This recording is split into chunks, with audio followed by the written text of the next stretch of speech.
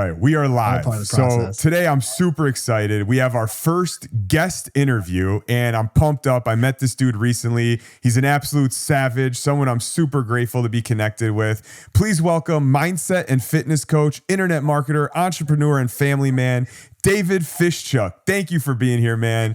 Super excited to have you and excited to get in the conversation today. Thank you, Josh. Thank you, Brad. It's a pleasure to be here. Absolutely. I'd love to start off by, this podcast is all about developing a mindset to help you win in life and achieve the things that you want. And we all have, different backgrounds and stories of how we got here. And I like to start there so that we could kind of learn about where you came from, a little bit about your childhood, maybe start with, and just kind of tell us your brief story and we'll kind of get into everything. Yeah, so I am a first-generation Ukrainian. I was actually born here. My brother was born in Ukraine, and we just made it here. Parents, nothing but their clothes on their backs, basically in a suitcase. We grew up in a low-income family housing with my grandparents, brother, mom, just us. My dad was there, but they divorced shortly after I was born, which, basically frames my whole life, chip on the shoulder, the not really knowing what it's like to have an actual father figure, but always dreaming of either having one or becoming one. And I grew up, on food stamps. We didn't have 2 pennies to rub together. But over the years, I had family around me. I had my grandparents around me, my brother who was older than me and helped me grow. We would fast forward a little bit. Parents finally got a house. My mom finally got a house. We moved out to a different city. And my start really was always having this chip on my shoulder. I'm always feeling like not enough. I'd even have family members always slight us, talk down to us because we didn't have a father. We're the only ones in the family who didn't have anything. I looked at everyone's families. I'm like, wow, you have a father and a mother. Sure, you're getting disciplined. Sure, you're having problems, but you got somebody. And, one of the crazy things too, I hate to say, but it's like, I would always feel down and bad because I'd be like, single family household, food stamps. Everyone else around me had everything that they wanted. And so I told myself, one day I will have everything that I desire. I will create a future for myself, my future family. I don't have a father now, but I will become a great father. My mom told me this quote that still to this day rings true to me, and I live in my life, is God is above, he is your father. He's always watching down on you, even when you don't have an earthly father. So I would always be reminded of that at church. I'd be reminded of that growing up in a Pentecostal Ukrainian church. Didn't really understand it that much, but the faith was there. And I always knew that even though I didn't have a physical father, that someone was watching over me. I'm accountable to a fatherly figure. And I looked at and embodied in my own life currently, been married since 2015, and I have a 2-year-old daughter, just recently turned 2. Growing up, looked at all of the problems I saw with men, the problems I saw with bad fathers, and of course, the good. And I started building myself up to what does that mean? Because I didn't have that. How can I create that? So How old were you? By the way, just as you're talking about this and developing that desire to, be a father and create a family, how old are you when you start thinking like this? I grew up real fast. Everyone I was around with was 5, 6 years older than me. So, I was thinking about this since I was in like junior high, to be honest. I didn't have some people were like, well, I want to be a doctor one day. I want to be this one day. I'm like, I don't know what I want to be. All I know is that I want to just become the best person and man that I can be. And for me, at the time, it was like, okay, go through college. And because we were low income, we always got, I look at two things in two sides, right? You have, woe is me, I'm in a low income household, I'm on food stamps. Like that's the mindset that some people just get trapped in. For me, it was, this sucks. I never want to experience this. And what can I use to my advantage? For me, it was, I got to do Running Start, which is free college basically while I was in high school. I didn't jive with many people I was in high school with. So around my like 13 to 15 years old, it was just, how can I be like those in front of me? And instead of complain about what I have, what I don't have, just focus on the future. And it just always comes to be like who you are around. Like to this day, it's the same exact thing at a different level. You know, if I'm surrounded by losers, I'm surrounded by people younger than me that are not mature enough, I will become less mature and I won't advance. If I'm around family members and cousins and stuff that are wiser than me and look at those and emulate that, that's where I started thinking to myself, like, how can I slowly become this person? So I left high school early, did college. I don't use that degree anymore, but it really helped just develop my mind ahead of just partying. I actually never did any parties until, I don't even know, until after I like made some money. I never drank. I never did any kind of drugs. I looked at all of these things. Like they always say, don't make the mistake yourself. You can learn from somebody else. And quite literally, that's what I did. I don't know how that maturity came. Yeah. Well, let me ask you this, because I actually didn't know that you were, a first generation American from Ukraine.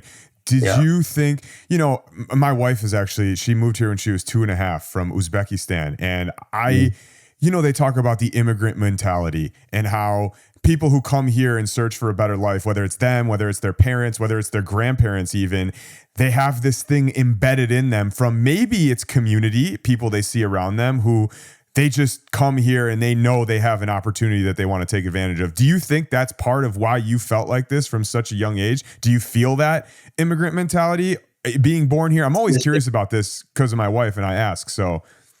Yeah, no, 1,000%. I don't always think about it, but when you say those exact words, that's how it is. Look at all of the generations of kids that were born in America, parents that already kind of made a life for them. They tend to fall off the wagon. They have everything handed to them because we had nothing, because I felt the need to create something. That was what I emulated and wanted to do.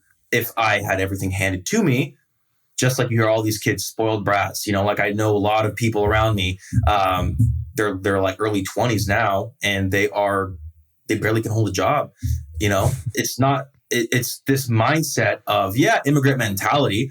But there are immigrants that are super lazy, even though their parents did enough to baby them, because I feel like we just didn't have really much of anything. And I wore, hand-me-downs from my older cousins, and I always hated that feeling.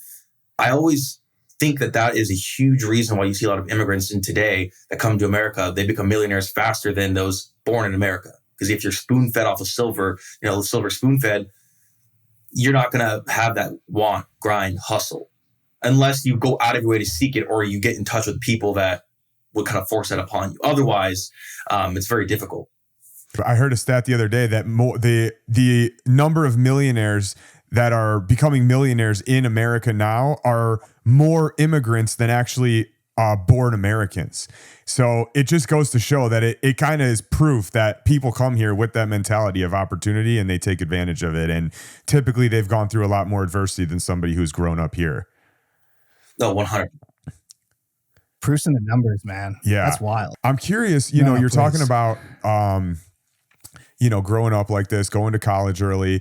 When did you decide I want to be an entrepreneur? You're talking about create, you wanted to create something, you wanted to be the best man that you can be.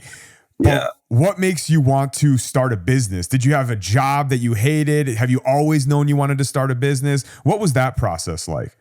That's actually so funny. I was talking about this yesterday with one of my friends. We had dinner, and it came up. The same exact question was, what was it? And funny enough, it was we were watching Wolf of Wall Street.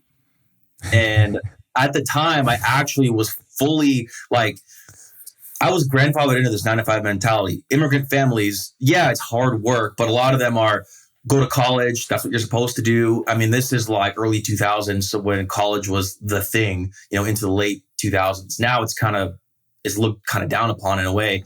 But that was the goal, was to get some kind of degree that I can actually use and create a job. So I got a degree in tech, computer security network technology, kind of just like being a tech support guy, knowing some programming code, stuff like that.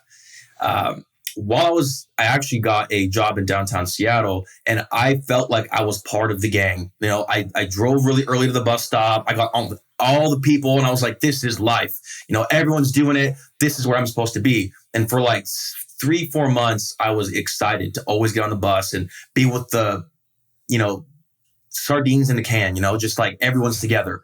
And after watching Wolf of Wall Street, my cousin actually got introduced to Amway, which is a huge network marketing company.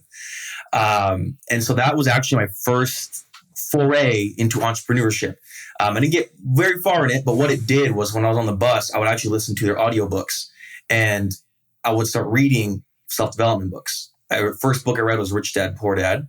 And then I would always have these audiobooks. I just download all of them. Poor mentality. I'd always rip them off of YouTube into audio form, throw them on my iPod and put them in my ears, and I'd listen to them. And I went from, I am in this sardine can, excited for the next day in downtown, to, well, this is kind of depressing and sad. Like, this is not for me. Like, I can't do this long term. And so I went from, I love this 9 to 5 to, I dread this. I don't know if this is what I want to do for the rest of my life, but it's opening my mind. And that was my first thought. And I started selling on people. I was like walking to friends in Starbucks, and I was like, hey, I got this great opportunity. They're like, what is it? I was like, I don't know. But if we get enough people together, we can make something happen. Can you dive in a little bit on what you were listening to in those audiobooks? Like, what was the switch that was flipping that you went from riding in a sardine can to being like, yeah, it was these talkers. I forget the group name. It's like Black Diamond or something weird like that. But it was like a training group, a special training group to prepare you in sales for Amway. So there'd be like these conferences that they would record, and then they gave you for free, and so that you can learn how to sell and grow the business. And there was a mix of that, and then audiobooks of so Tony Robbins, a lot of Robert Kiyosaki stuff, and I started branching out a lot more. But it was a mix of that, and then like 2-3 times a week, we'd always go out to various locations around here and different people's homes, and you would be surrounded by people who were excited about business, entrepreneurship, getting out of the rat race. You know, one of the things I always heard by a lot of these like higher up speakers at these small home events, or like sometimes at like a little conference room, is, isn't it embarrassing that your version of vacation is you go road tripping halfway across the state to camp? And I was like, that was my entire childhood. Was the only vacations I had was going camping. I never stepped on a plane until my honeymoon, and that was game over. It was travel forever.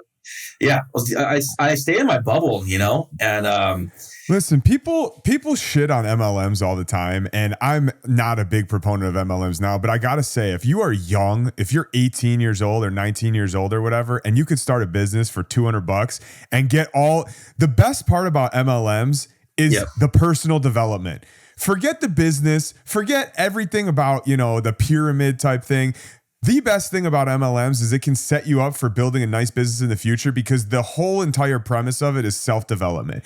People pitch you on Tupperware, or it doesn't matter what the product is. At the end of the day, the product of every single successful MLM is personal development. So I'm super interested in that, because that's how I started too. And the whole reason, the first thing I did was when I was 18 years old and I got in an MLM. But same exact thing. I listened to the calls every week. I went to the meetings, and it inspired me to realize that I have an opportunity to create anything that I want. And maybe I didn't build that MLM, but what that MLM did for me is give me that, you know, instill that in my mind that I had that opportunity. It sounds like it's a kind of similar thing for you with listening to those calls on Amway. So yeah, like Brad said, what made you go from that to whatever you did next? You know, after the Amway, got my toes a little bit in the water. I ran into one of my cousin had a friend of his, young entrepreneur, lived downtown, had a yellow Lamborghini, everything that I wanted in life. And I was like, okay, he's not doing Amway. He's doing internet marketing. Like, what does that even mean? I was like, I don't know, you know, but it seemed to me like affiliate marketing was the exact thing that it was encompassing. Affiliate marketing. So my wife knew this young guy's wife as well.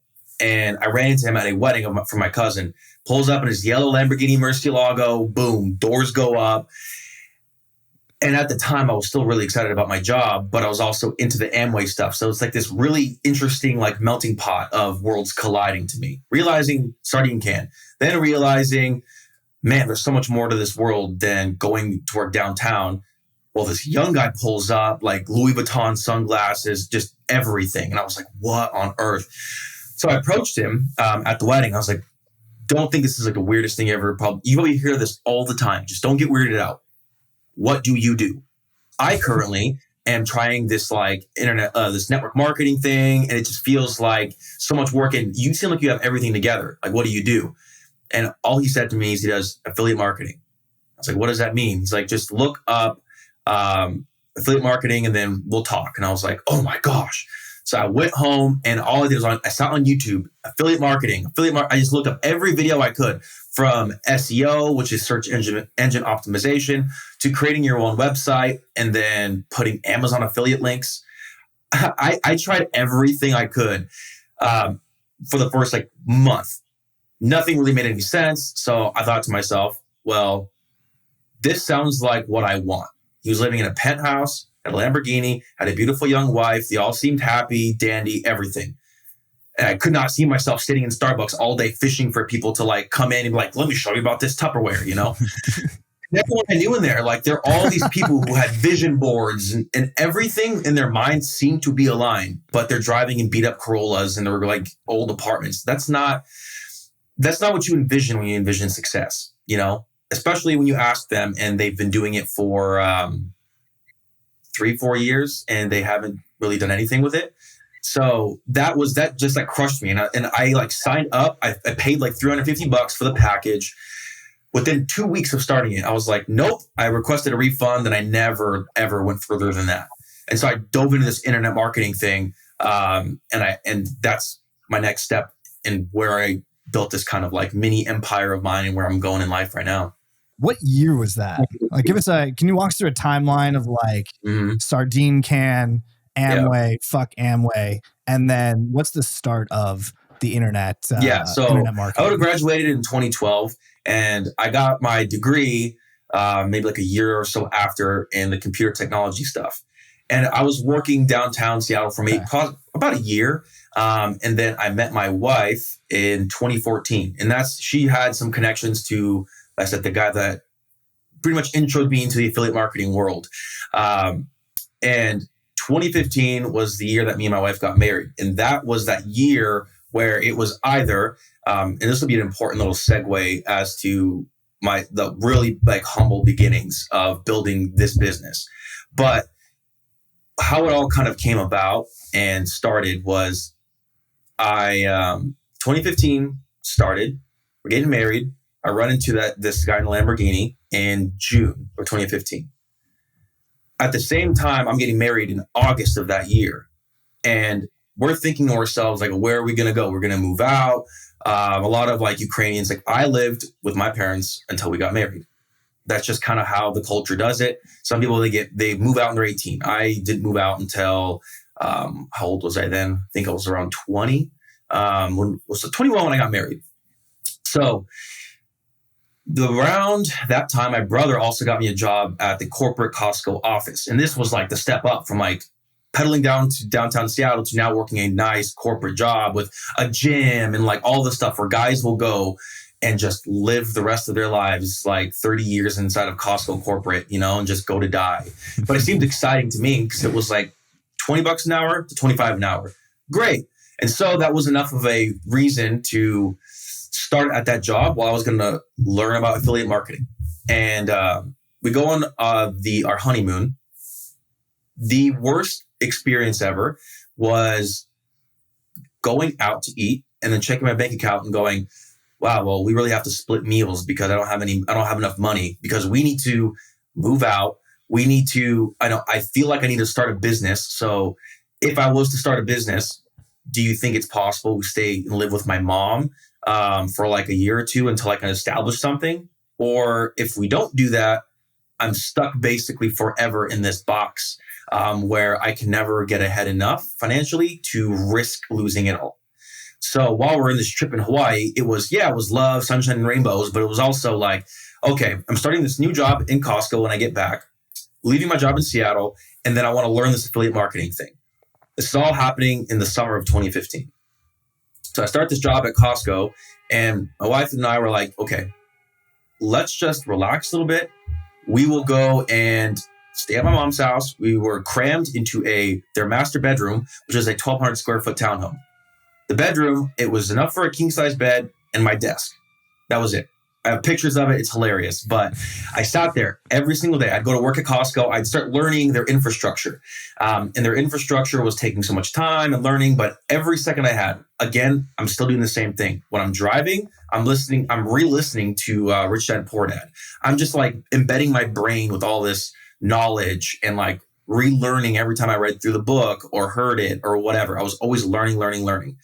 And so within 3 months of starting my job there, I had talked to that guy with the Lamborghini, and he said he did affiliate marketing, and he specifically went on this forum called Stack That Money.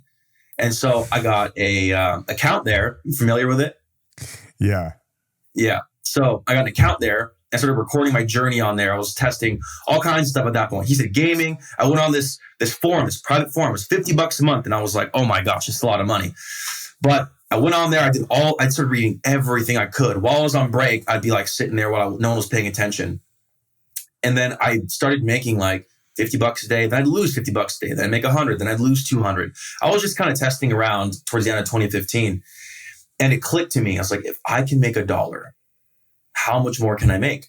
So I couldn't have done it if I had stayed at this corporate job, because this corporate job was very specifically like, you need to be all in and you need to support all of Costco. Because my job role there was to support the phone lines, the connections and everything into the globe, like whatever Costco owns. You would be there like figuring it out. So I was like, there's no way. So I actually wrote up my 2-week notice towards the end of 2015. And I called my old manager up in Seattle and I said, can you take me back? This new job isn't really working as the way I want. I kind of got myself into it because in my head, I have an hour bus ride. While I'm there, I can sit there and write notes, listen to books. While I'm at work, I had so much extra time. There wasn't really any learning involved. So I took a pay cut. But what I did was all that extra time I had when I wasn't driving and risking a car accident, I was learning. When I was on break or when I was in between phone calls, I was sitting there testing and checking on my campaigns, learning on all this stuff. And so I took a step back to learn all of this. And when I had my 2-week notice at Costco, I was laughing because, and this is the one thing that rings true for me now and forever. The people who doubt you the most are the ones that push you the most, if you know what you're looking for. So I have a 2-week notice written up. There was a lot of pressure on me because my brother had worked there and he was like the star, basically. He was so smart, knowledgeable, he worked there forever. And so when the younger brother came, supposed to be the same. Well, my brain is wrapped up in internet marketing, so I didn't really care. I get pulled into the office the day I had my 2-week notice. I sit down with the manager and his name is Casey. And he goes, bro, what's going on? I was like, well, what do you mean? He said, well, you started, you were very excited, you were learning quick, and now you're like missing phone calls, like you're showing up, you don't feel present, you don't seem interested. And I was like, you're actually right. Like, I'm actually not interested. I have my 2-week notice on my desk. And he's like, why would you throw this away? And I said, because I'm starting an internet marketing business. And what he said, I will never forget. You should never leave a steady job, start a business when you know that you have a 95% chance of failing. And I can see you failing this. Never leave this job because you will fail. I stood up and I was like, watch me. I left, 2-week notice, finished, went back to my old job. From there, this ties up to kind of like, I'll round off. This is all kind of one big segment to where I finally freed myself from a manager. It was in 2016 in June. So basically I go back to the other job. Quick. They give me, oh yeah, it all happens fast, like I was trying to study. It feels like you're dragging on and then you really put your mind to it. Anything is achievable in life. Anything. Where your brain and your mind go, so will you. If you're thinking negative all the time, if you're stressed out all the time, everything around you will become stressful. It'll magnify. It'll be horrible. And what you're saying is in every single minute of your free time outside of that job, you spent focusing on building your business. So all of your mind was focused on that. And if it was not sitting at my desk, learning, testing new campaigns, trying to figure out if I send an ad on this platform and I get conversion here, how do I duplicate it? How do I make it go up? Why is this happening? I was going into this city called Kirkland in Bellevue. So Bellevue is in the Seattle region. It's kind of like the nicer area. It's where a lot of like the newer skyscrapers are. A lot of entrepreneurs are down there, business people. A lot of wealth is there. And I would go down there every Sunday or to this waterfront area in Kirkland, which is the next city over. And I would always be down there like thinking and dreaming of, look at this beautiful house. I'd love to have it one day. I would visualize, but I would go to these places. I couldn't afford to eat at the nice restaurants, like, so we'd go and get, Cheesecake Factory and we'd split a meal, but we would be walking around Bellevue, looking around like, whoa, look at the shoes they got. Look at the car they got. Ooh, like a nice loud Maserati drove by. Like I tried to be around that. So that way my mind was around that and not where I lived, which was 45 minutes away, kind of in the country a little bit. Not much there that would inspire you. I would go to the inspiration when I was not working. And that typically only happened on Sundays. And it would only be for like 2-3 hours midday. And I would go back and work because work had to be done. I had to figure out what's the fastest route to get a newlywed couple out of the house with my mom and my brother. We were all in the 1,200 square foot townhome for over a year. And yeah, hopefully that answers that. Yeah.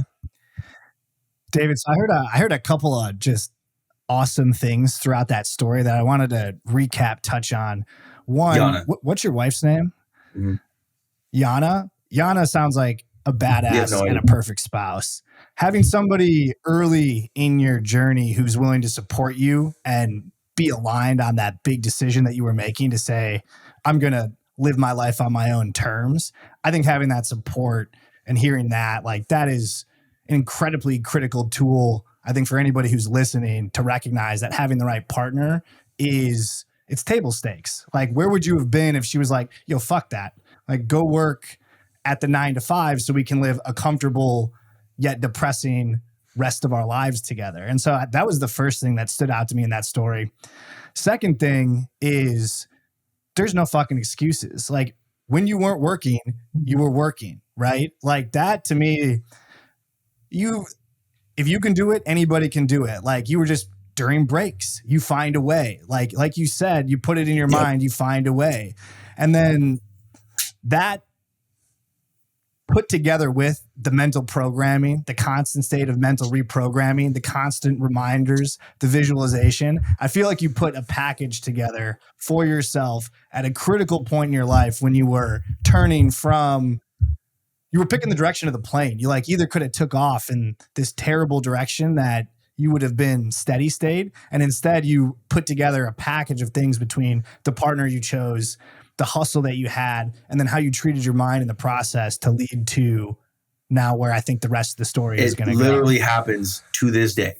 I'm always reinventing myself. And I swear, if it was not for my wife, if not for God, if not for a strong, like, mom, it is crazy to say, like, I had no dad, but I had a mom and a dad at the same time through my mom. She was beating me and pouring life into me at the same time.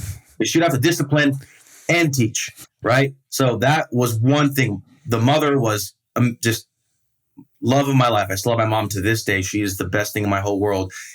And of course, then it's like the wife is literally, if not for her, I would not be here today where I am. She quite literally was the reason why I did Amway. She was the reason why I got into internet marketing. She is the reason why we are moving to Florida this year. She's the reason why we did all these things, because I wanted to build a life with someone who can push me, not just sit there and go, whatever you say. And if that was the case, I would literally just been fine. Like, I used to play video games all the time. Like, I would have loved to just sit at my mom's house, no rent, no nothing, married, whatever. It's like, we got a free place. Who cares? Like, people's mindsets do go there. I watch people all the time. Like, they're married. They have a child. What do they do in their spare time? Are they working out? No. Are they trying to start a new business? No. Are they even trying to get a side hustle? No. What are they doing? Video games, porn when their wife's not home.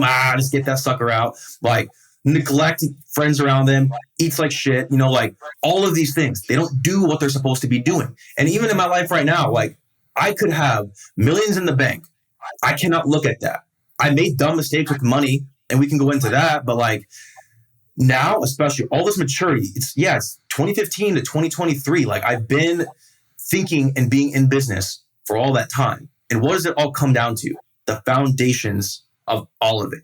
Self-discipline, having an amazing partner in life, which is my wife, my faith in God, and my fitness and nutrition. Because quite literally, it is the visual representation of your internal self-discipline and how strong you are. Because if you can create an extremely, you don't have to be crazy ripped, but if you can emulate your body as to what's inside of you, if you have a six pack, if you're always working out and you look good in life, that shows everyone you are disciplined. There's no way you can shortcut having a six pack.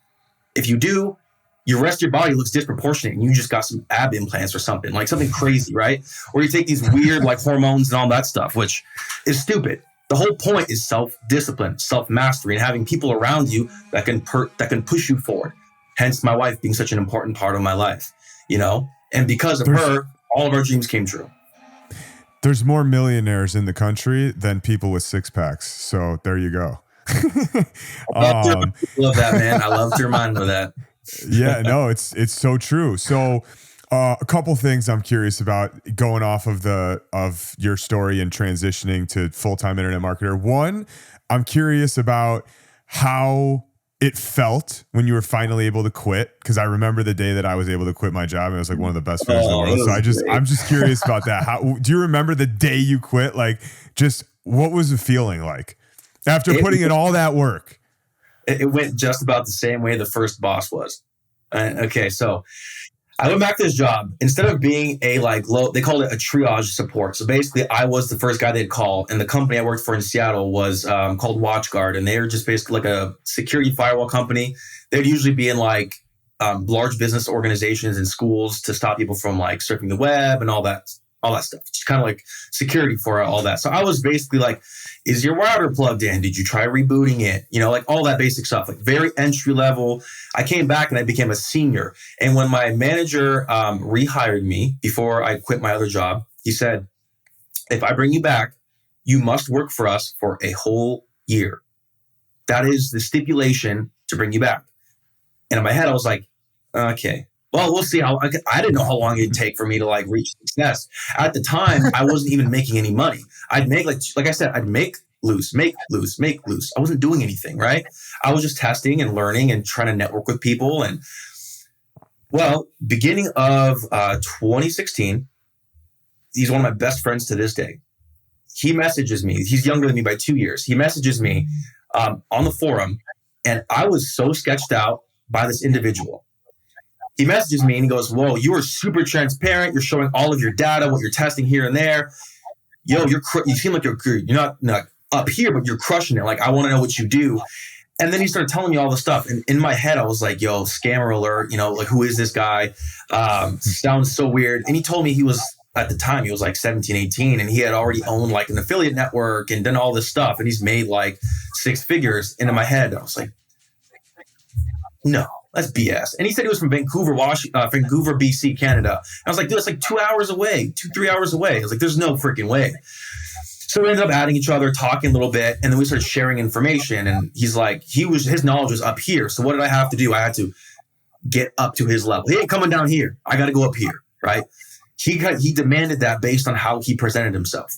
So for me, I had to come with as much heat as I possibly could, provide as much value as I could, even though I didn't see value in myself. I was a newbie. I didn't know anything that I was doing, you know, but he saw a spark in me, something that I didn't see myself. Like, I was just exhausted. You know, I would work. My shift would be 4 days a week. I forced myself to work 4 10-hour shifts. So my shift would be from 6 a.m.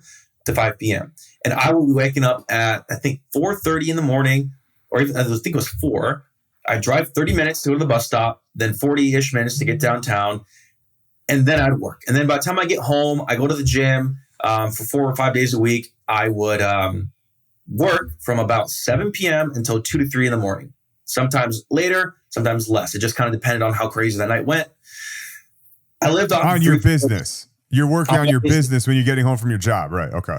Yeah. And in between there, I'm checking on things, right? Like the internet doesn't go down.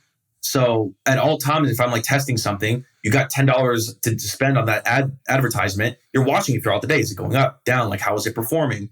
And then when you start to really like make a couple of dollars, everything ramps up. So you need to pay attention more.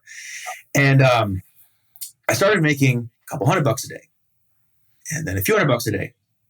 And then I went to a couple $1,000 a day, getting into like May of 2016. And I would come to work just like, and this is all knowledge from my friend Jake. He is the one who's like, okay, listen, what you're doing is good for a few $100 a day, but you need to scale it up. And so he taught me how to scale it. And I don't like to admit it, but it was some kind of like gray area stuff. It was basically just like call centers for people who had like viruses or whatever. I didn't know what they were doing with the data. All I knew is like, you put the ad up, you say you might have a virus, they call. That was how I made a ton of money. I don't do that now, but like I was like, whatever it took, I wanted to know what it was like to make a bunch of money. And so I ended up June of 2016 making $2,000 to $3,000 a day. And I was looking around everyone in the office like, why am I here? I make in 1 to 2 days what I make in a month. This is stupid. And I had to give it a month at least of making this money. Because imagine you get so excited, you make your first few bucks and then you quit your job. And then, then what? I told the management I wanted a year there, like they were like, be here for a year. It was 6 months, like it was not even a whole year. And even like 2 months before quitting, they would see me in the office and they're like, I know you're a newlywed. It's great to have you back. Like, everything's okay at home. You're a zombie at work. Like, things are fine at home. Trust me. Like, but why are you so exhausted? You get in fights. I'm like, you guys are literally going to create something out of nothing. Like, there's nothing wrong with my marriage. Things are fine. I didn't tell anybody that I was working on a business. Nobody knew. I was just like, I'm just exhausted. I'm just kind of like staying up late and I don't know. I don't have a reason. And so they would keep pushing. And I was like, you know what? Whatever. No one knew I was starting a business. No one knew anything. And then here comes the fateful day. I'm like, okay, how long can I make $2,000 to $3,000 a day while having to waste all this time going into a job, lack of sleep? I literally have no bills right now. I owned both my car in cash, my wife's car in cash. They weren't expensive, but like we owned everything that we had. I didn't have any rent. I was at my mom's house still. And I was like, okay, I got over $50,000 in my bank account from this business. Worst case scenario, now I'll have time and extra funds to reinvest if I need to. So I was like, okay, screw this.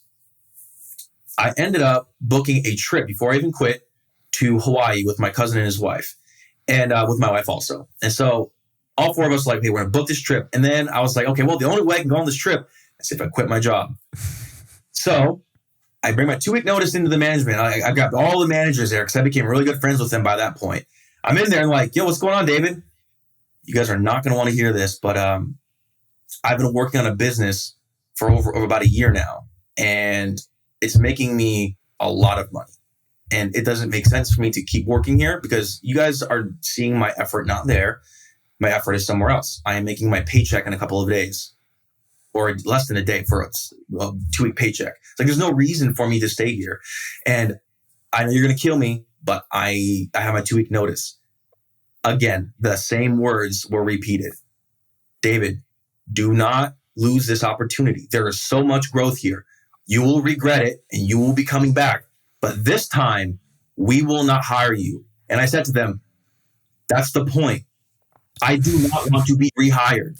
I am leaving because I want to be my own man. I want to be my own boss. I'm making more money than all of you guys right now. There's no reason for me to be here. And of course, the doubt. All they push into you, right? People, they're trying to drag you down. Andy Frisella has he has a phrase, and he had a whole podcast episode on this called crabs in a bucket. It's the same exact scenario where, just like crabs, when you put them in a bucket, one will try and get out, and what do the crabs do? They bring you back down. It's just like people in the corporate environment, people in bad friendship circles. What do? As soon as you say, I want to start a business, and they go, whoa, buddy, hold on a second, that's not you. And they pull you back down. They pull you back down to their level. And until you either go up, level up in front of them, get a new set of new friends circles. So now you are up here. This is your mindset. These are your current friends. You need to find someone here. You both can't be here forever. One has to give. It's very rare where this happens, but the problem is still you are having to lower your standards to meet with the people that you don't want to be around anymore, right? So you have to level up in your business, level up with your friendship circle, level up with your self-discipline, level up with conquering your vices. Otherwise, you are always down here. Same with having a partner, right? Same with having a wife, a husband, whatever. If one person is negative all the time, doesn't care about anything, and you are here and like, I want to succeed. Wife goes, no, you suck. What do you mean? Like, you're always out drinking. You're always screwing around. Like, I don't trust you. And then you come down here. And then you try and poke your head out again. That's not you. You're always drunk. You're always a drunk. And then you come back down here. Now you're both down here forever. Now you're complaining. Now you yell at each other. Now there's resentment. Now there's, we would have been moved out by now if it was 5 years. We go back and that one time you said I couldn't do anything. Well, look at us now, babe. We are stuck in my mom's house still. This is why it's so important to be careful of who you take advice from. And something me and Brad talk about all the time is like, only take advice from people who are in a position that you want to be in. I'm not going to take advice on how to get fit from somebody who's fat. I'm not going to take advice on how to make $10 million from somebody who's only made $500,000. That's very important, is only taking advice from people who are in a position that you want to be in. And imagine if you would have listened the first time somebody said, don't do this. This is going to be a huge opportunity with growth. The second time somebody told you, you're throwing this away, there's a ton of opportunity. Obviously, you made the right move. And it's, number one, you had the foresight to understand not to listen to these people. So I'm assuming that you knew that from the start, like, I'm only going to take advice from people who are in the same position as me. But I just wanted to hone in on that. Yeah, right. I wanted to hone in on that because I think it's important that, people only take advice from people who are, in a position to give that advice. So that's, man, unbelievable though. I love hearing about what it takes to get out of your job because, there's, everybody says, I want to quit my job. I want to start a business. I want to make money. I want to have freedom. I want to do all these things. And 1% of those people actually do the work necessary to make that happen. I have a very similar story to you. As soon as being done with the job, you'd work from 7 p.m. to 3 a.m. for 6 months just to make it happen. And that's what, a lot of times that's what it takes. And it's cool to hear that you fucking made it. I want to transition a little bit into what you're doing now because we gotta riff a little bit more later on off camera about the affiliate stuff because we have such a similar story. It's crazy. But now you are a mindset and fitness coach.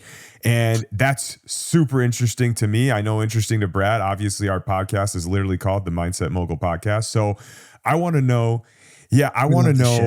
what made you change from, I don't know if you're still working on, affiliate marketing and all that, but I'm wondering what in general made you want to become a fitness and mindset coach. And let's start talking a little bit about that because I'm super intrigued.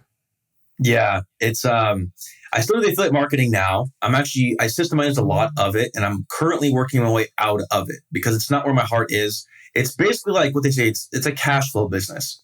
You're not really building anything. You're running other people's products and you're just middlemaning everything, right? You're running ads, you're getting sales off a lead. You're running ads, sales off a lead. Terms change, you got to change adjustment. It takes a lot of effort to do. But one thing for me that was a gigantic transformation. I started working out when I was 17 years old. I was a skinny fat kid. I was about 195 pounds. I'm 6'4" still from when I was 17. I grew real fast.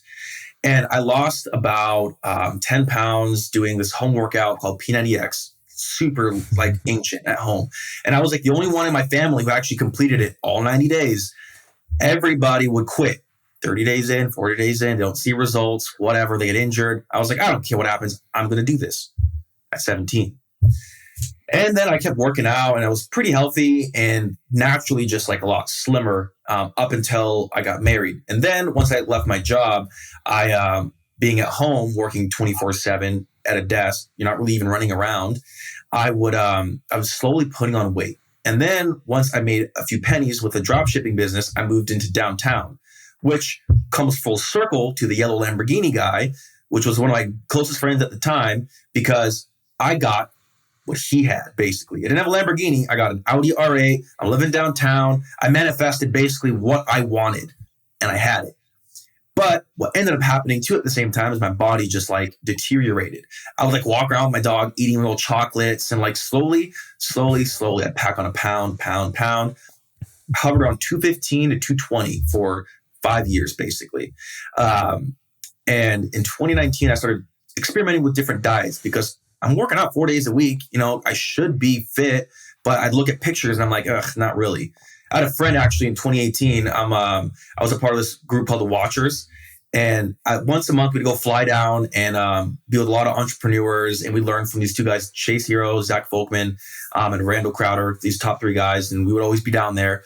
And we were on a boat in Puerto Rico to take a picture. And I'm like in it. And one of my friends comments on it and says, bro, what happened to you? Yeah. And it was a public comment. He did not send a DM, nothing, public. And I was like, I deleted it. I was so like, I thought it was a cool picture. And I was like, I looked at the picture again. I was like, yeah, not good. So I ended up doing a keto diet, and I lost a little bit of weight. And I kind of started fluctuating between like lose weight, gain weight, lose weight, gain weight. My workouts would adjust, but the biggest thing really was diet. And then in 2020, during all the COVID madness, I really started listening to Andy Frisella and his podcast, Real AF. And he talked about 75 Hard, which of course I'm sure you guys are familiar about. And I did it there you go, baby. I'm on day 26 whatever right you now. do not stop. Everyone always gets like 2-3 weeks in and they stop. I was like, I have done it twice and I have never failed it. Ever. Because there's no reason. You're telling me. There's no reason to You're fail. telling me Just why people do fail it. at anything in life is because they literally lack a vision, a goal, and they have no idea that if they just push through the suck, they push through, oh my gosh, it's raining outside, I want to be out here. On the other end of it is the success that you truly, truly desire. I never ran. I ended up running on 75 Hard. I finished it in November, the first round, November of 2020, right before Thanksgiving. And I saw my body go from like a little chubby. I was doing like a carnivore type diet, which everyone would say you lose weight on, but I looked almost the same. I was just convinced that all these fad diets online were doing something for me. And I was like, okay, I'll do a keto. And then this one coach will say, oh, do carnivore only. I'm like, okay, cool. All carbs are bad. This is bad. Don't do this. Don't do that.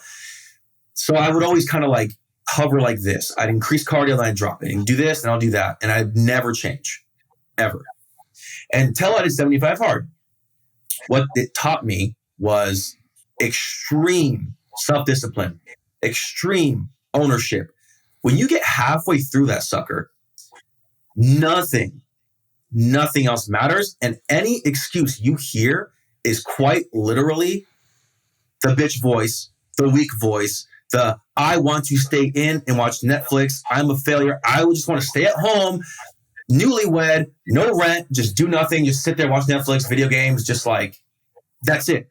But that's what people do. They see anything hard, they run from it. What does 75 Hard teach you? It teaches you to push through the suck. And as soon as you get past the first 2 days of a real test day, which is like, I don't want to do this. I just learned how to run. And I started running and my hips are messed up. My knee was messed up. I didn't know what I was doing. I just started running and like I was limping for a week straight, half running until I was on YouTube figuring out how to run properly. Like I didn't care. Like my wife would be like, you should probably stop. I'm like, I'm probably just doing this wrong, you know? And so I had to figure it out, right? Figure out how to run and be a normal human being. And so in all of this, right, I'm getting pushed so hard into the self-development space that everything is an excuse if you do not accomplish what you truly want. If you want a six-pack, you can have it. If you want a great relationship with your wife, you can have it. You have to push through the hard things. So when you finish the 75 days, you're like, nobody can give me a single excuse unless you were on your deathbed I don't want to hear it. You do not have 45 minutes a day to go to the gym. You can do burpees, air squats, and push-ups right in front of your desk. There's literally not a single reason why you cannot get to work and do it. And then, of course, here comes the more challenging part. It's not the working out. I started realizing and having a real big turmoil in my mind when I'm still doing internet marketing, but I'm phasing that out slowly and offloading that to focus on my coaching, because when you're just doing cash grab stuff, you don't ever get to build a real business. So I wanted to build something. Was it a product? Is it a service? Well, as I'm going through 75 Hard, I'm still listening to all these podcasts on self-development, running proper businesses. I'm really, really just in this internal struggle of where is my future? If you had asked me a year or 2 years ago, where do you see yourself in 5 years? I would say I literally couldn't tell you. Yeah, I've made plenty of money. I've owned an Audi R8. I live downtown. I'm in a way bigger house now with an incredible view. Like all of this stuff. Sure. Those things don't even matter anymore. Only thing that matters to me is my family, a great future, helping others. And the helping others is quite literally the key I did not even understand until the last 8-9 months. I was searching for, okay, why I did 75 Hard. I got a 6-pack. I was like, great. It was a small 6-pack, but I had one finally after like 7 years. And so I posted about it on Instagram, so much comments. I had friends asking me like, yo, what did you do? Like, what diet did you do? What did you work out? And I just told them, I was like, just do 75 Hard. I had no product to sell them. I was like, just do this. And everyone would fail it. And they complain to me. I'm like, don't look at me, man. You're weak. Like, I don't know what to tell you. So I am still struggling, trying to figure it out. I don't do 75 Hard again until April, and end of April, right after my birthday, I did 75 Hard in 2022. You did it in November, and then you did it in April, like 4 months later? Or a year and 4 months later. Or 6 months later? A year and 4 months later. I did 75 Hard in 2021. Okay. Yeah, 2021. So yes, 4 months later, I redid 75 Hard again because I hated the no schedule.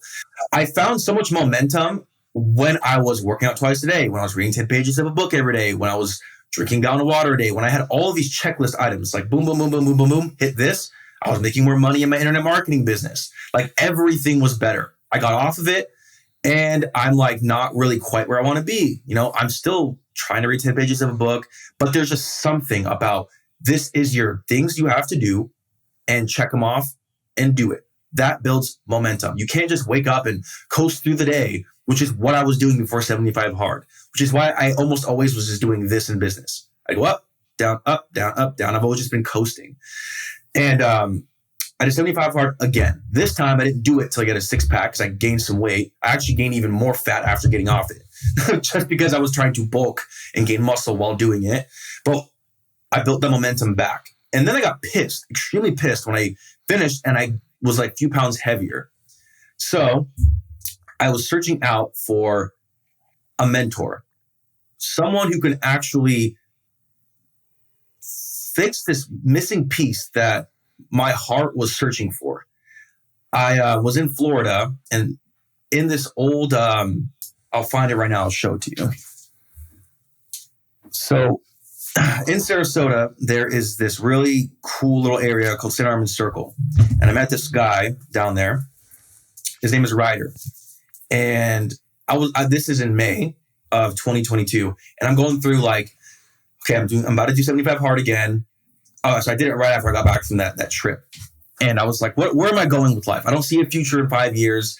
God, please show me the way. Like, what do I have to do? Like, what's the business I have to start? What can I be proud of? And he hands me this card, tells me to keep it in my wallet. It says, the Lord himself will fight for you. Just stay calm. It's in Exodus 14:14. So I'm going to keep it in my wallet and read it every single morning and night before I go to sleep. And this dude was like random, came out of nowhere. So I'm 2 days of that trip. And the second time he gave me this. And it's meant the world to me because it told me that what I'm doing now is not what I'm going to be doing. And I just have to trust God and trust the plan. And it doesn't mean be lazy. It means seek out what that is. So what do? Go back to the drawing board. Who is above me that I want to be like? So I'm always an avid podcast listener. I come across my mentor now. His name is Wes Watson. I was like, okay, he's talking about macros. At this point, I'm like, I don't care about carnivore. I don't care about keto. I don't care about any of these things. What can I do to get shredded? Because I'm sick of this. Like, I don't want to do 75 hard just to gain abs again. That means I'm running 45 minutes a day. That's just too much. I'll tell you what, nothing's more insane than like someone going, do this and you will lose weight and you will still retain your muscle and you will gain muscle. And I was like, yes, sir. I did it. Within like a month, 2 months, I dropped 15 pounds within 2 months. About a half a month, 2 months to the third month in, I went from 218 pounds to 195 pounds. Pure fat just off my body, ripped, nasty six pack, just veins popping out everywhere. You can even see this little bicep vein right here. Like, I haven't seen this stuff since I was 21. Like, blew my mind. And everybody I posted before and after was like, what did you do? I was like, well, my mentor told me if I paid him some extra money to further the mentorship, he would teach me how to become a coach. And now everything to me has come full circle. Now I'm helping people in my position, fathers who aren't where they want to be, business owners who have everything they want financially, but they feel like crap. Real estate agents who look perfect online, but they're just like internally, they're not following their own disciplines, right? They're not waking up early.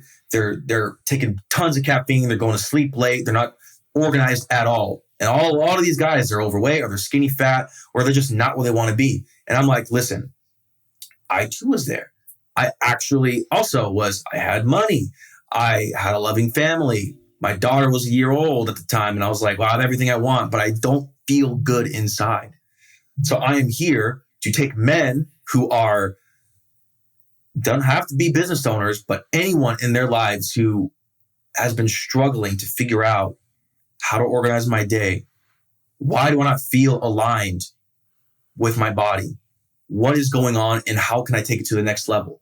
It is the discipline to eat right, to wake up early and, I don't know, read 10 pages of a book, create a process where you do not deviate. You write out in your journal every night, what do I have to do my next day? And you execute on 5 easy things. Just you have a list.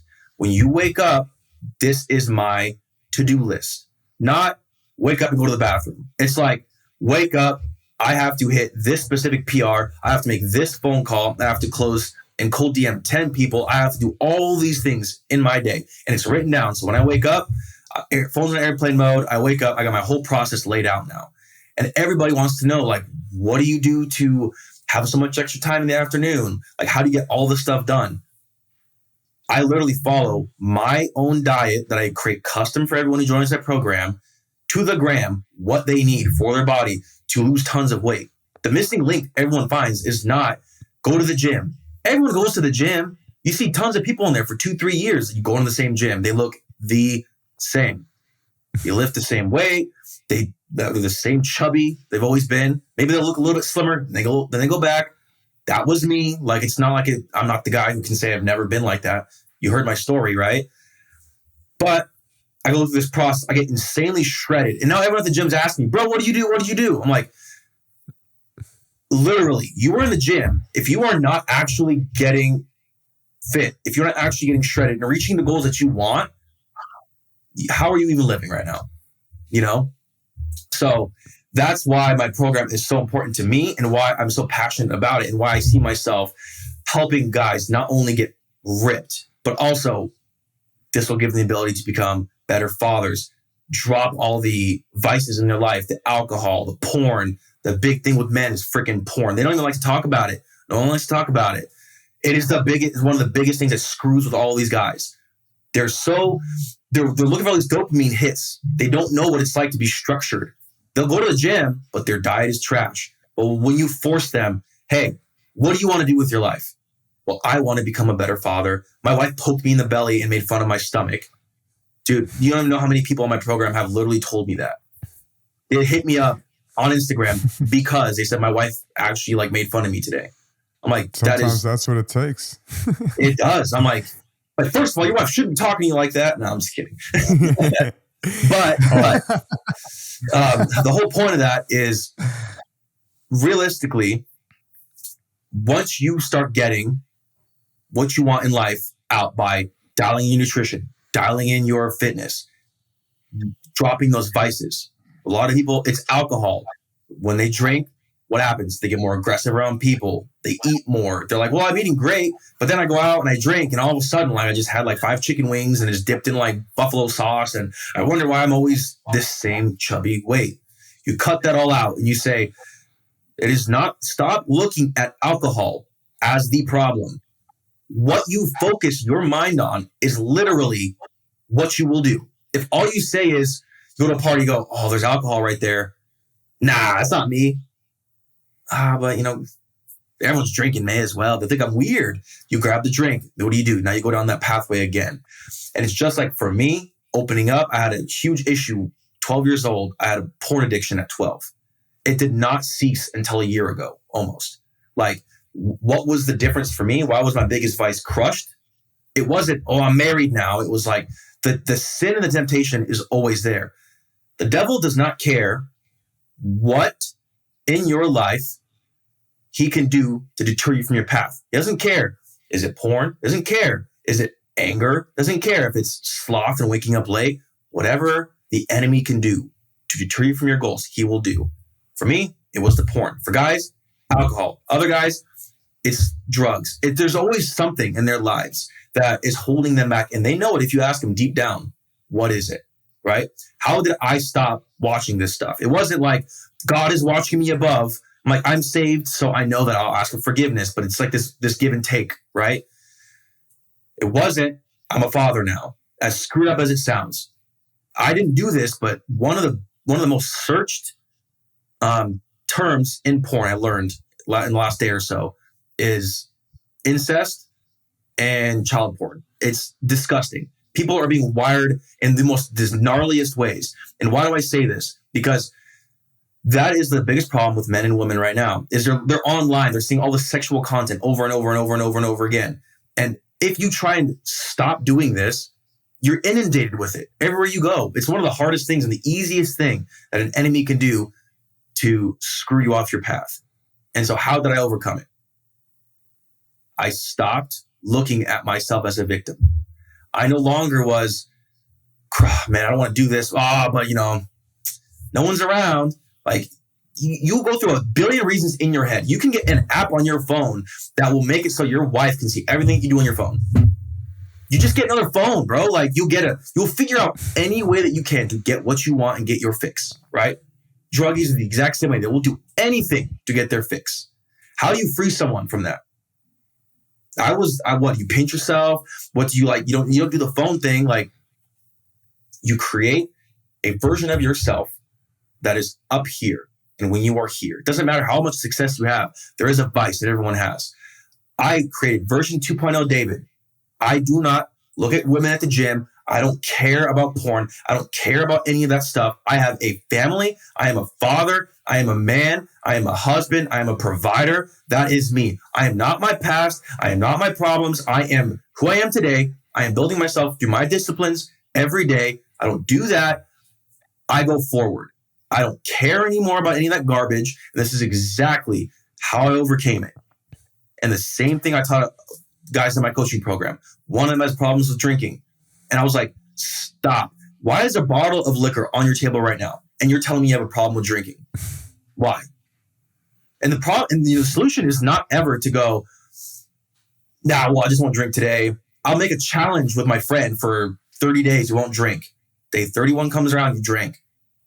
Great. Congratulations. You're never, ever actually fixing the problem. You were constantly trying to figure out another trick, solution, way, but you will always find it until you fix the roots down deep in your body. And you do that by version 2.0 self, by being aligned, fitness, mindset, nutrition, no more bullshit, No more excuses. You are an elite individual. And the only time you will ever overcome these problems is when you get aligned. You embody that every single day. And I don't look twice. If I see a girl walking by, cool. A woman walk by. I don't care if she's ugly, attractive, anything. Don't care. I'm here. That mindset the devil tries to bring at me, gone. Don't care. He replaced these temptations, funny enough. Just sleep in. You don't have to worry about it. Like, no one's going to care if you eat that cookie. You just don't record it. Everything in my life, after I stopped looking at that stuff and created it, the devil's like, introduce this, introduce that. What can we get? What can we get? I'm like, nope. Elite David is here. I'm here to help others. I'm here to succeed. That is all we're doing. We're going forward, not backward. Never looking in the past. We're only going forward, baby. Dude, that is so powerful. Seriously, I'm really happy you touched on that too, because it's a huge problem and it's only getting worse, I feel like, among young people. So, and wow, what a just powerful speech you just gave, literally. I mean, that's definitely a clip, by the way. But I got one more question for you.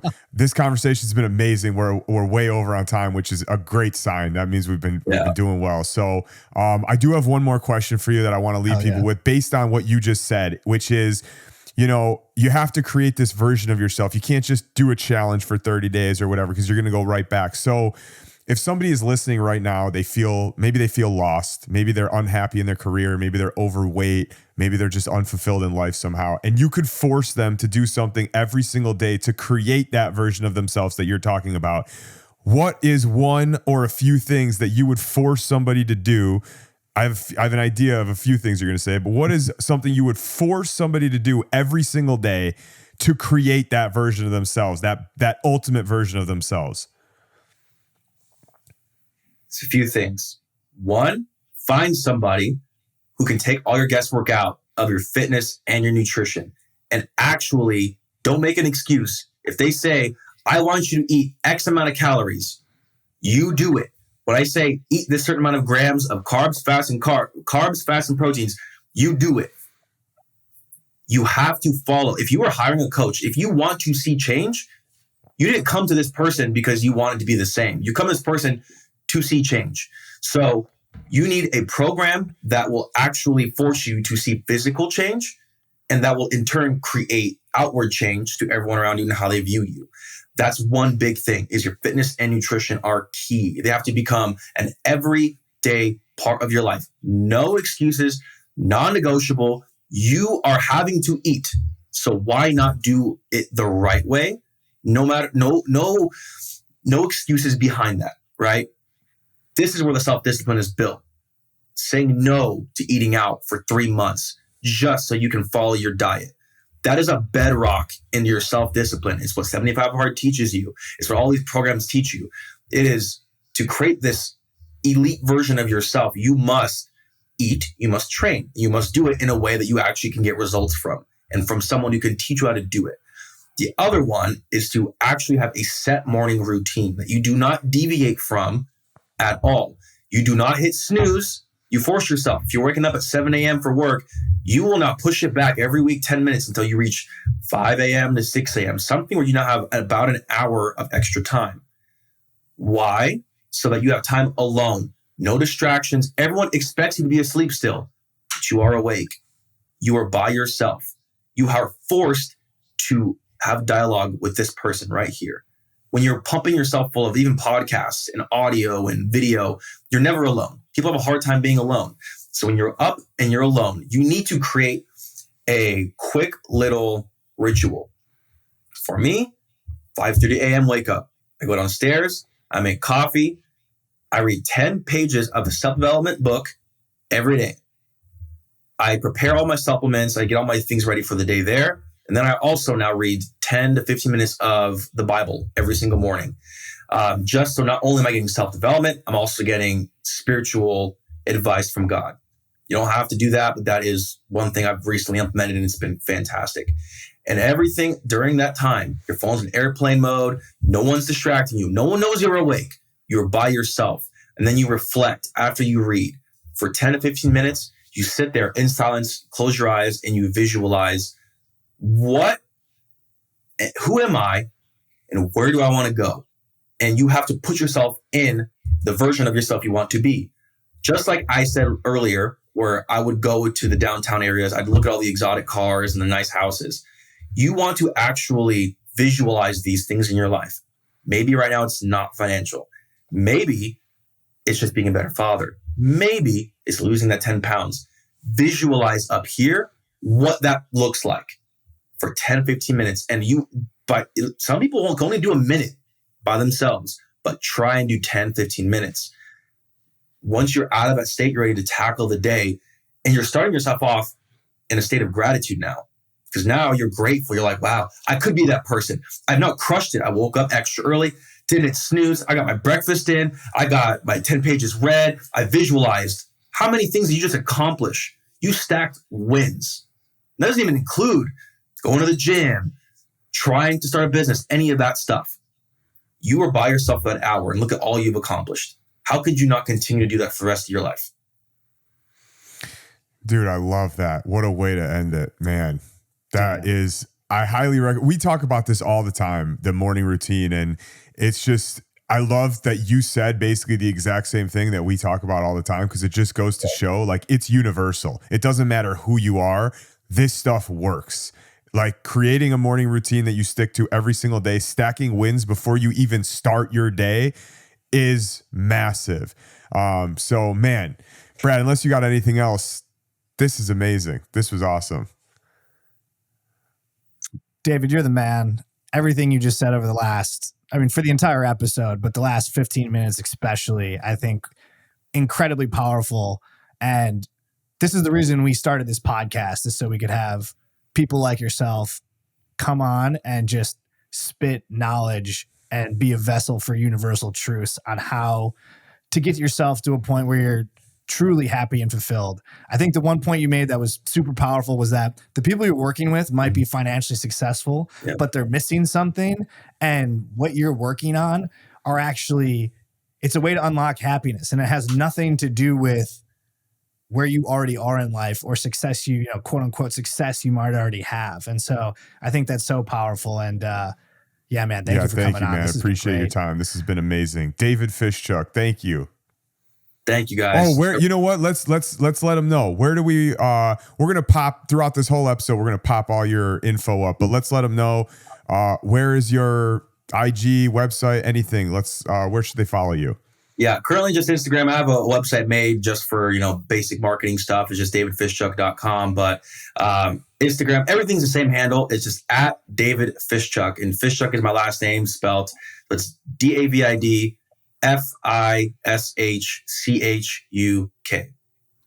Perfect. Super simple and easy.